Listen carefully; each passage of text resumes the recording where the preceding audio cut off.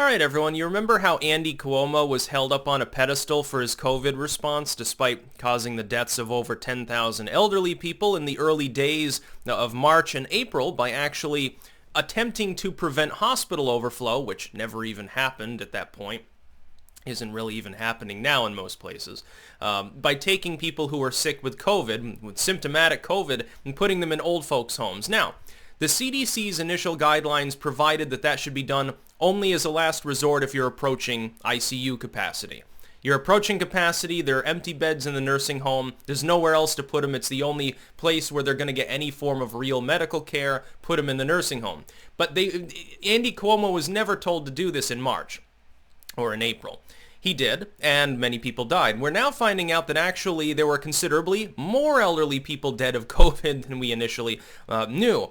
Is Andy Cuomo going to face any repercussions for this? Because he's been on the short list of, next liberal messiahs to be newly minted by the DNC. There's been talk of him potentially mounting a presidential campaign, and now we're finding that Andy Cuomo literally killed grandma. It's funny because New York's inept COVID response, which is based on massive mask mandates, curfews, and shit like that, has been a complete disaster. Meanwhile, Florida, that did very little, and the Dakotas, that did basically nothing, are fine. It's interesting how states that did not wreck their economies and become hyper-draconian ultimately have done better. The turtle won the race. Slow and steady won the race. Cuomo and all of these liberal governors and so forth were betting on the virus to get way out of hand, and so they figured they'd smash things down really quick, and that when the virus inevitably started to decline in their states and their municipalities, and places like Florida were inundated, that they would be going, ha-ha. This looked like it would be the case if you go back to September or October. Fast forward now to 2021, and that's not actually the case. I like how now they've got an attempt to, the CDC, attempting to pass a mask mandate for all transit in the United States, which, by the way, is legally toothless. It's required that the individual transit lines would have to enforce that. Well, the government itself centrally can't do so, especially since a lot of it's in-state travel. It has nothing to do with, at that point, even with the Commerce Clause and interstate travel. The CDC is trying to do that. It's like, yes, okay, so people that are wearing masks anyway, all of a sudden, this time it'll be different. It basically mimics what we see in European nations, by the way, on transit and so forth. It's not doing anything. It doesn't reduce the caseload.